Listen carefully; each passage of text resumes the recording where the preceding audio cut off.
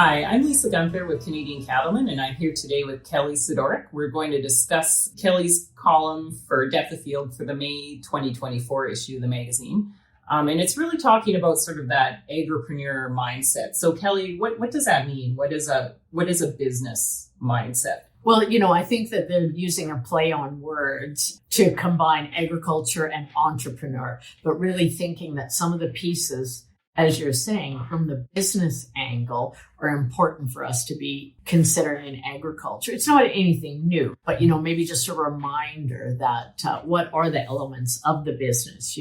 Is there that strong shared vision? Is there a planning process where people are engaged and the communication models so that it's not just in one person's head? I think we're often guilty of that in agriculture, the senior generation. Okay, yeah, we have all these ideas and things, but they're in our head, and we need to make sure not only that we're sharing them with other members of our team, but also writing them down. And, so the strategic end of it too is thinking, okay, this is what 2024 is going to look like. These are the factors that we're dealing with in our area. Certainly it's no surprise that drought is one of them. So, that's going to impact some of our planning, be it that we're, reducing stocking rate numbers. So those some of things to go on with our financial planning, but and then also thinking about the different roles and responsibilities and trying not to have people fitting into the same square peg, if you will.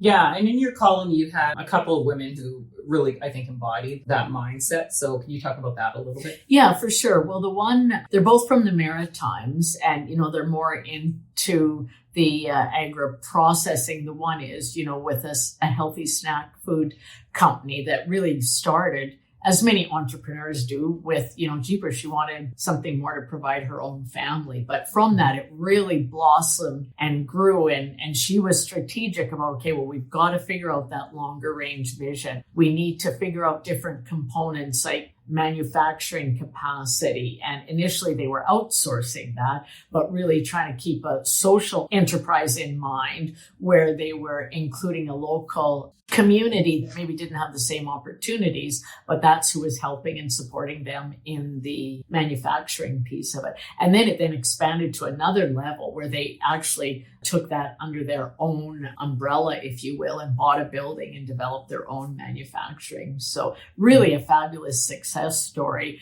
but making sure that the planning was important and the visioning, but also really emphasize staying true to what their original intent was. The other example you had was the family behind Keats Boutique, and I think it's actually a really great example of like succession planning, how to make that work, right, with the different enterprises. So. Yeah, for sure. And so interesting too, and as does happen in our farming operations, the daughter wasn't initially thinking that she would come back and join that business that her dad had, but then he'd expanded into a winery and then ended up with another expansion, if I've got it correctly, which took him away to a different location. And so then she's like, well, do I want to be operating a winery? And one of the first things she realized was that she needed to learn about it. And she was very intentional about that, from professional development and engaging the other people on the team as well. Suddenly as she's coming in as the potential leader who needed to learn more, but also realizing the importance of how the handoff happened between her and her dad, because acknowledging, like I was saying before, she was essentially going to be taking over the same role, but she adapted that with expanding into another agritourism type enterprise. So, I think there's a takeaway there too, that not only from the entrepreneurial mindset, but also from the succession piece, what other enterprises can we be pursuing, or are good niches in our area when we think about the competitive advantage? We were kind of talking off camera a bit about different roles, like how to figure out how to have space so people can have different roles and learn the business that way.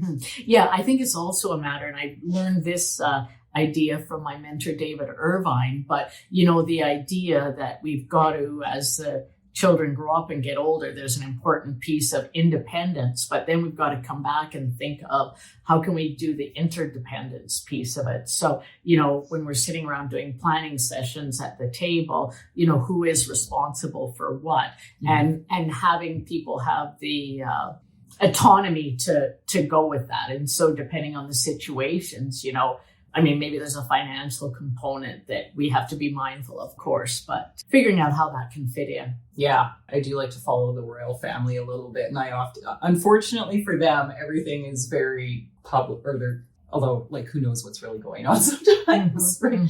But I think you can see there sort of like the disagreement over roles and not having roles. Clarity. Clarity, or maybe not the roles that people want. Yeah, for sure. And as we also talked, I think that can help if we have this real, I don't want to say more of a business mindset, but in a way I am saying that, that's an important piece with the value of these operations that we're dealing with. Some of the practices might not be a whole lot different than they were 20 years ago, but the scale of everything certainly is. And so, when we work with our professionals, our bankers, our lawyers, accountants, and I think that can help those relationships and hopefully be a two-way street too, for they have different tools that we can, utilize in our operations and should be, honestly.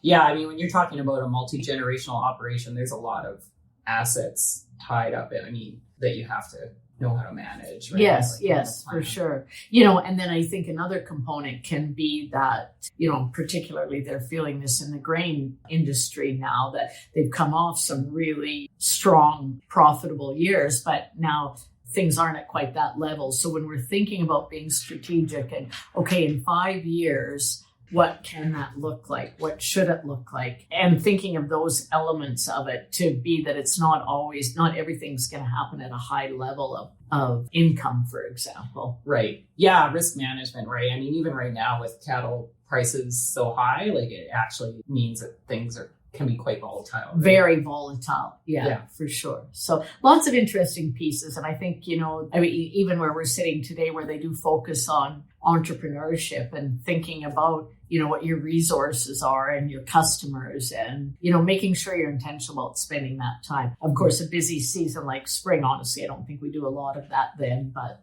winter's a good time to work on it. Yeah, we usually film these videos at Startup Lay Minister, which is actually quite appropriate. So thank you, Startup Lay Minister, for giving us the space.